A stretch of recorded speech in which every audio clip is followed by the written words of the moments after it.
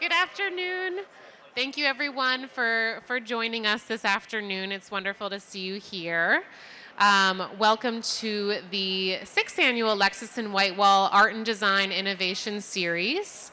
We're thrilled here to be here today at Design Miami for the discussion Fertile Ground, Shaping the Next Generation of Designers.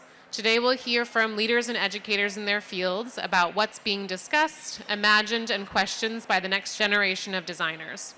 What are some of the major concerns for budding innovators, and how will they shape our collective future?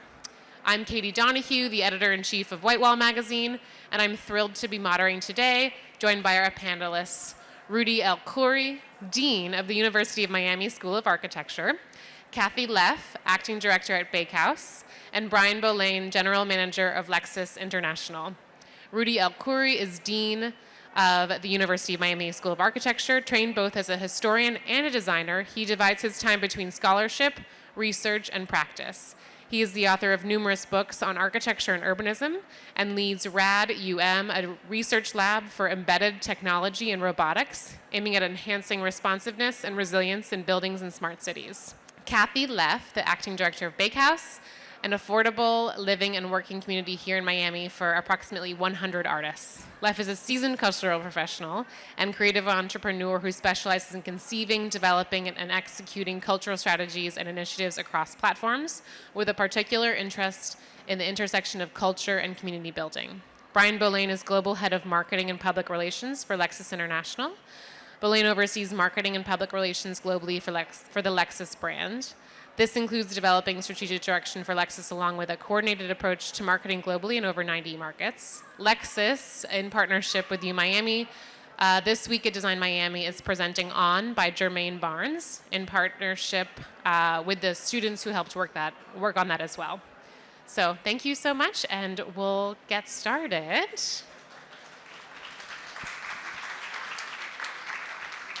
So now I'll switch to being the moderator. So whether shepherding the next generation of architects, incubating emerging collectives, or supporting design talent, what is key to fostering a space for radical ideas? Kind of how do you facilitate kind of inspiration in young minds? Maybe Cathy, you could start. Yeah, so I mean, I could speak from a project that I'm working on, which is at a hyper-local level, which is very different from the academy, which is really the idea of providing platforms to foster the creation of community and providing resources to enable talent and people from different backgrounds and cultures to, come together to, in our case, addressing affordability, the idea of, especially specifically in the city of Miami, which has become the most unaffordable city in the world. So I think part of it is the idea of people, community, and inspiring them and creating community of people who inspire each other and providing longer and sustainable resources for them to thrive and grow. The actual space to make that work, right? To be able to afford to live and work and create. Right. So space is fundamental, and I think sustainable space. So it's not like a short-term intervention, but radical ideas don't radically happen so fast, I don't think. And Rudy at UMiami. Yes, I'd like to, of course, bring the higher education perspective. So I'd like to speak about what we're doing at the University of Miami, talk about the pedagogical model and research that actually fosters innovation. So we speak of a T-shaped education. The vertical STEM stands for the expertise in one area with a lot of depth, and the horizontal stroke is more about the breadth of knowledge, the wide scope, the range of knowledge, and we try to encourage both. And in research, actually, there are incentives and programs that encourage interdisciplinary research. They demand that actually faculty form interdisciplinary teams to go for funding on projects, because we understand how the problems we are facing today demand this kind of interdisciplinary knowledge. But also we are mounting new institutional platforms, like for instance, I'm working with the university leadership on what we're calling the Climate Resilience Academy, which is basically a new academic unit that is fundamentally interdisciplinary. It doesn't belong to any particular field. It is, all the appointments are joint appointments with various units. So it's all about collaborative interdisciplinary work. So if I were to point to one thing we can do really for innovation, it's that kind of lateral movement across disciplines. It's the breaking of the silos. It's the T-shaped with emphasis on that horizontal stroke. That's, I think this is extremely important in achieving, in fostering this innovative framework. Yeah. And innovation is kind of a great, great starting point for you, Brian. Yeah, so I think for us, and I can think of this either internally in the way that Lexus handles design, let's say globally, or I can think of it with the outside partners that we like to work with, like Jermaine, or others that we have nurtured relationships with over the years. I think a lot of it is never saying no. A lot of it is giving permission. A lot of it is believing that there's a lot of ideas that are still fresh and new, and encouraging that to come to life. You know, I think the worst thing we could do is try to be too prescriptive in saying this is what we're looking for. Instead, give a really broad, kind of overarching approach and let them run. I think that's the best we can do. Actually, I love this notion, because when we, in brainstorming sessions that we stage sometimes for the design exercises at the school, our first rule is there is no bad idea.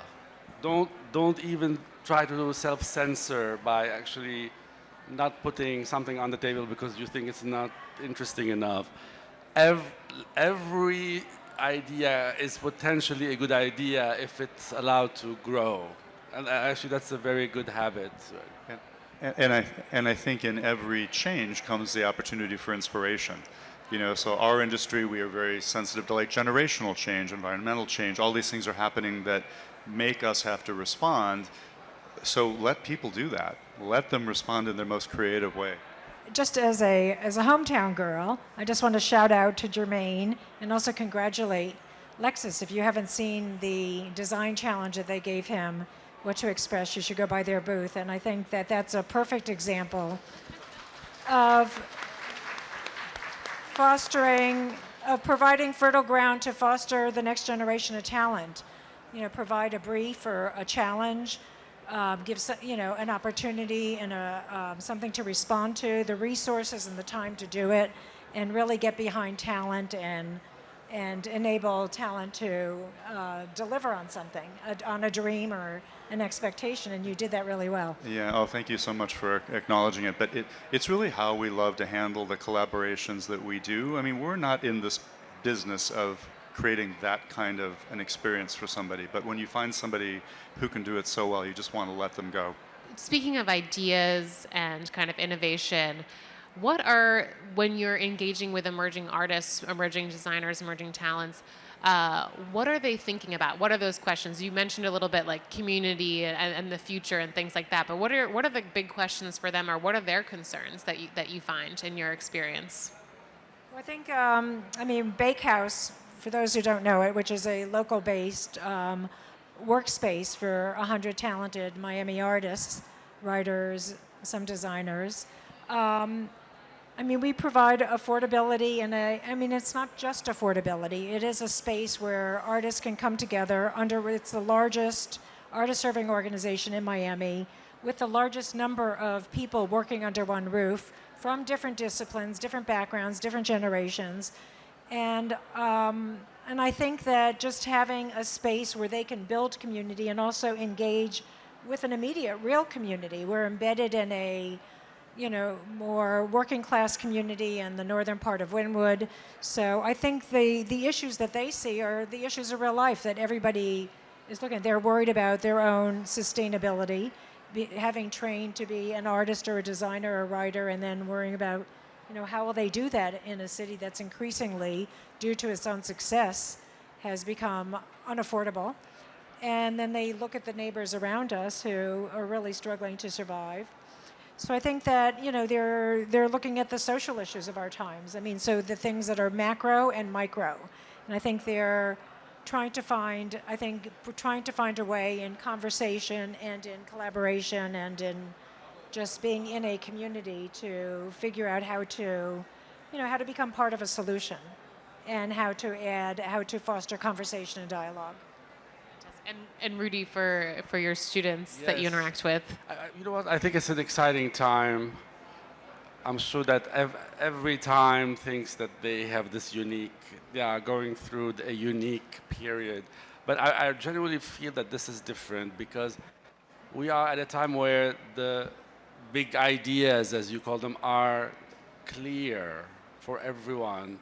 It seems that there's a collective, unified project that has galvanized artists, designers, but like you said, especially our students. I can see it in the students. They know why they're studying architecture. They want to save the world. There's a certain urgency, there's a sense of a mission that they are all engaged in that is very exciting. I haven't seen it expressed to that extent before, and I have been in higher education for a long time. This kind of sense of a collective project where the objectives are clear, it's actually galvanizing, but it's also empowering. Yes. And to speak of the big ideas, they are, like I said, they want to save the world, so it's about sustainability, resilience, the social issues. They want to make a difference. There is a time when, for instance, we see students interested in architecture because they think it's cool. They are into the fashion, the glamour, the kind of aesthetic pursuit. This is very rare now, actually. No, architecture has to do things, has to change the world for the better. And actually, I think this is very exciting. I have to agree. There's movements happening that seem to be inspiring a lot of kind of parallel activities, and I think it transcends whatever vertical someone is in. But environmental is such a huge piece, even in automotive for us. We think about carbon neutrality. We think about more electrification. We think about all these things that they weren't so top of mind. Maybe they should have been, but maybe they weren't not that long ago. I think that all kind of comes together and creates some magic, especially in a creative community. And I think just because I'm aware of what Rudy and the School of Architecture are doing, it's really reassuring for me. Maybe there should be somebody very young up here talking about what it is that, like somebody like Jermaine. But I think it's really great to see students in architecture today who don't aspire to be the next architect. They're really they really understand that architecture and all design is a problem-solving endeavor. And so I think that there are so many problems to solve, and I think it is very reassuring to see so many young people who are so committed to, like what Rudy said, is to a purpose, to solving something, to addressing something, and to really, and further engaging, either at a local level, at a hyper-local level, or at a bigger global level. But they don't see the obstacles either, and that's really good. They're not tainted and they're not cynical. They go forward in a very positive and feeling, it's just their job. It's their purpose, and it's really great. And thinking of that purpose, that drive, that like really clear vision and mission, are you seeing younger talents, using things like technology to sort of get them to that, or maybe even conversely, getting back to something of less advanced or perhaps more primal? What I see in my perspective, and what I've been doing for the past 3 years, and also in times of COVID, has been very localized, but I think people use whatever tools they're used to, and I think some people, ultimately you need your hands for, you use your body and your hands and your mind, but I think there are so many technological tools. There's so many ways to access those tools now. Things are open source, and then there's other ways of making things. What I see a lot is people collaborating, people who don't necessarily have the technological skill, collaborating with people who have the technological skill. But I think that at this point it calls on everybody to use whatever skills, mastering whatever skills they have and putting them to a good use. There's also an interesting way nowadays with the emerging technology where almost counterintuitive way in which the most cutting edge technology actually is aligning with very traditional crafts because of mass customization, because of the possibility of mobilizing computation for the crafting of single and unique objects. So unlike technology during the industrial revolution and way into the 20th century that served really the standardization of production, now we see technology really recovering the kind of individual hand in mass-produced products. So I think this is the interesting convergence. This is why I agree with you that there is no polarization, just that the designers and artists use everything they have, and sometimes we see this kind of interesting conversions of craft with digital technology. I think there's also the way you experience the technology, which is really important, right? So it's how you harness it, but then also how do we as a user experience it. So from our business perspective, we can create, kind of a very cold and calculated technological experience, or we can create a very warm and embracing technological experience that really is with the user, in mind. And so I really hope that that is the focus. Certainly for our brand, that's the choice we've made, is to actively pursue an era where technology is in service of the user, not just for the sake of. The idea of the collective and collaboration and cross-discipline has come up so far. I'm curious, Brian, to ask you specifically about the Lexus Design Award and why that is an initiative that's important for, both helping emerging talent, but also for Lexus, for your own designers, for your own team to kind of get inspired, or even how those kinds of challenges or questions for other emerging talents is important to ask at these small projects. Yeah. Yeah, so for anyone who's not familiar, the Lexus Design Award is something we've done every year for 10 years, and it's a global, really a contest is the simplest way to think of it. We get 1,500 to 2,000 submissions per year, and we have a panel of judges that is led by Paula Antonelli from MoMA, New York, that helps us whittle down these, couple of thousand entries into a final 6. Those 6 go through a mentoring process, and we end up with one winner. And I think what's interesting, back to what you were just saying, the kinds of submissions that we get, like we've just gone through the 2022 kind of whittling down process. They're not for simple things. They're big ideas that think about the good of mankind. They're trying to, conserve water in places where there is no water, create housing where there's no housing. So it's just so fascinating to see people's minds working far beyond any thought for themselves and to the good of the world in general. And so we love being able to support that, because these are people who otherwise maybe don't have a platform. I just hope what we're giving them is a platform to be expressive, to be creative, and try to do some good. And thinking on to that, and this idea of these projects that are big ideas, but also for the good of the kind of world, community, environment, whether that's local or global. Are you seeing, like, not wanting to be a starchitect that you brought up, are you seeing a different trajectory? Rudy, you mentioned that people are kind of thinking a bit, they have their idea of why they want to be an architect. Is the goal, is the track there different now than it was a few years ago? I mean, to me it seems different. I think not only has the global issues been much more urgent. I think the pandemic and the impact that the pandemic, I think, has really had on people. Time to really reflect and to be introspective and to realize what's really important. I mean, in the end, if you're not healthy, I mean, these have been just really scary times, and I think it's just maybe it's given people a different sense of priorities or urgency. At least for me, I feel like. and a lot of the people that I'm around, it seems like that's been the case. Back to this year's submissions, we saw a lot of things around aging, for example. So again, thinking of very timely topics in the world, they're trying to solve just big problems, but with just brilliant little ideas, you know? I'd love to meet those people who are solving the problem of aging.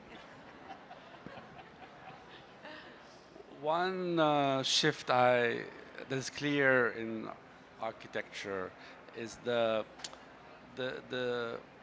we're seeing more students who are less interested in the more traditional professional trajectory. You know, there are expectations about how upon graduation you work in a firm, you accrue hours to get your license, and then you rise the corporate ladder, etc.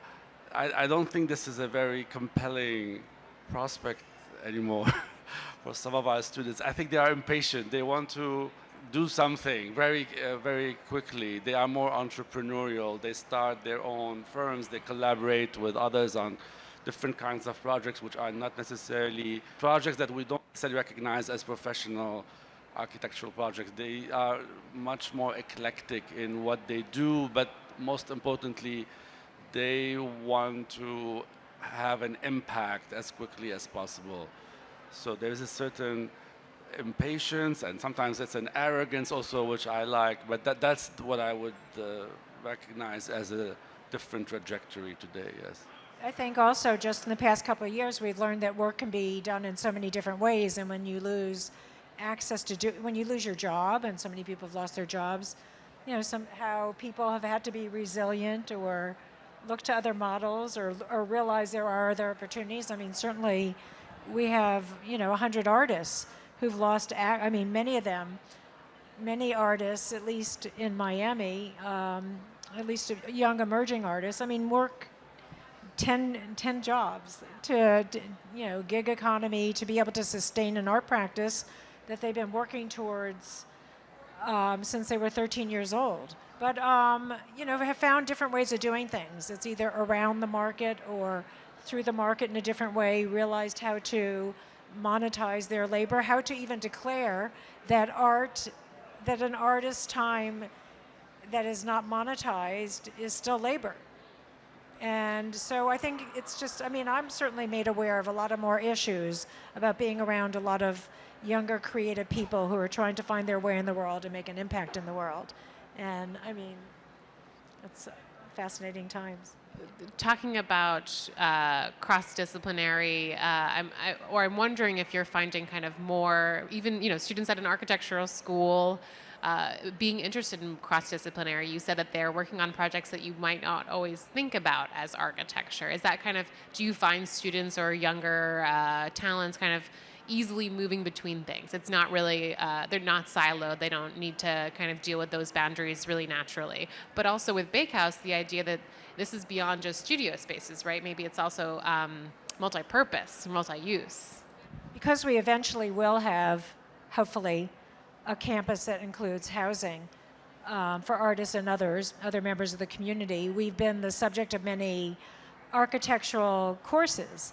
And when I find with what's really fascinating about architects and talking about this idea of silos, that there are a lot of architects who come from geography, and they're interested in public policy around the architecture of prisons, and what is the opportunity now with climate change and the fact that a lot of mass incarceration in prisons and the where prisons occur. And so I think that there are so many areas. They're interested in mobility. How do you move around a space? Sustainability and adaptation. So I think that architects are really key now to really helping solve a lot of the problems that we face in the world and pull in from other disciplines. But I'm seeing at least the architects who come to look at our site, not just looking at it as an architectural project, but really as how does it integrate and knit together the fabric of a community and deal with other issues. I think what we're kind of dancing around the topic of collaboration, that we just see in so many industries. And I think what we find is that the collaboration of multiples is just more interesting than what you get from just one individual. And so I think this notion of collaborating across topics, going outside of your comfort zone, is to the betterment of all involved. At the end of the day, the ideas are more interesting, maybe deeper, maybe more feasible to actually bring to life. In terms also of the collaboration and the kind of the fluidity of the moving across different fields easily, I think technology has a lot to do with it. This is what's facilitating that movement. For instance, one of the most fundamental skills that architects learn is to build 3D digital models and to learn how to use 3D printers, etc. So now it's clear that those skills are actually relevant for so many industries and fields. The kind of the capacity to translate the world into a 3D digital simulation or virtual artifact is so important that we see how our students are now very desirable in multiple fields. But now, especially with all the talk about the metaverse, right? So architects are well poised now for colonizing that digital realm because of their skills in 3D digital modeling and simulation. So yes, technology is that agent that is facilitating the blurring of the boundaries and allowing people to move across different areas of practice. Yeah, that's interesting that they are naturally, the metaverse is not much of a leap when you have 3D renderings that you have to make in order to build a real life model. Right, yeah. Yes. And speaking of collaboration, Brian, I did want to ask you, Lexus's choice this year to partner with UMiami, and why a university, and why also for the piece that Jermaine created, why it was important to collaborate with students. Yeah, I mean, speaking of fertile ground, right, a student's mind is certainly that. And so we've often liked to work with somebody who is still coming up or still on the rise and deserves a platform. And so in this case, we went to Jermaine's team and gave very loose, I think, ideas of what we were hoping to achieve, and really left it to them to kind of bring something to life that now is sort of amazing to all of us. And I think that we know very well that we can't create something like that without kind of the creative minds that Jermaine and his team bring, especially for this kind of an environment. Right? It's important to us. We come to Design Miami to bring something that integrates with the show. Right? We're not trying to put a parking lot inside the tent, and I think that the team this year has really hit it out of the park with that.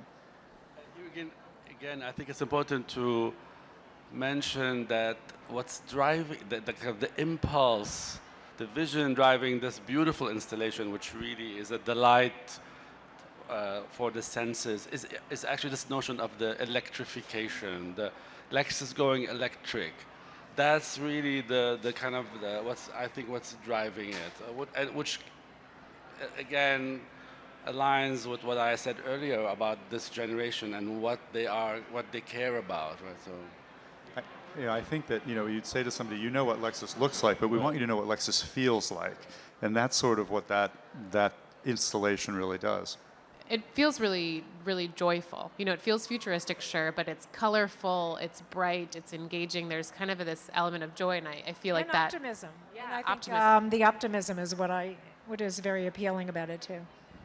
I mean, when we hear Jermaine talk about the swings, right, and that is the swing into the future, and as you're on that swing and you're looking at the kind of the outline of our LFZ electrified concept, that does feel like I'm moving to the future. Right? I mean, it absolutely does not feel static. It has movement to it, and there's a destination ahead. It's amazing. And speaking of that optimism, are you kind of seeing, of course there's urgency, we talked about that, this need for big ideas, this need for kind of change, whether that's environmental or in community or in just being able to live and work in the city that you are. But do you get a sense of optimism? Do you feel your own sense of optimism? Well, I think by nature I'm an optimistic person, but I can't say that I'm not frightened of some of the things of the future and the present. I mean, I think there are so many challenges. I think there is such talent and commitment, but I think that it requires there is so much divisiveness now. I mean, on one hand, we see talent and possibility, and then on the other hand, the political spectrum, and even beyond the political spectrum, the world is so divided, and I don't know how that's going to come together. So I think it will, but I think it's going to be a younger generation. You know, I think at a certain point you become a little bit more cynical, you question too much, and then you are afraid to act. I think the young actors among us and in the audience are less fearful, so I think, hopefully, I mean, what are the options? And who doesn't love a little joy, right? We should really all embrace that. Actually, I noticed in the book kiosk there, I noticed a book that has a great title. It says, "Art is the highest form of hope." I'm thinking, oh, that's great, but actually, no, it must be, surely it's design that is the highest form of hope. I mean, that said, I do think that there's something about the alignment of technology, science, creativity, and the arts now, this kind of convergence that we haven't seen at this level of intensity since the Renaissance. And given that that's one of the most creative period in history, I think we are there again, and we are going to see very important and exciting things because of this collision, you know, technology, science, and art. It's very exciting. Yeah. It feels like we're at this kind of like precipice moment, maybe. Yeah. Well, I think things are accelerating, right? Because Right. technology's enabled the acceleration. Right. So. And then I wanted to ask a question about community, and perhaps maybe if you want to describe kind of your own community, but also how within that the ideas around community perhaps have evolved, whether that be just within Bakehouse Complex or engaging outside, right, to your neighborhood with students and kind of at UMiami opening that up, and then in the automotive space with your design team. How are you thinking about community? Well, I certainly, I mean, personally, I mean, or professionally, I think about it in the context of having been brought up in most of my professional, or my entire professional life was here, never with the intention of being in Miami. This was going to be the last place I was going to live, and here I am so many years, so many decades later.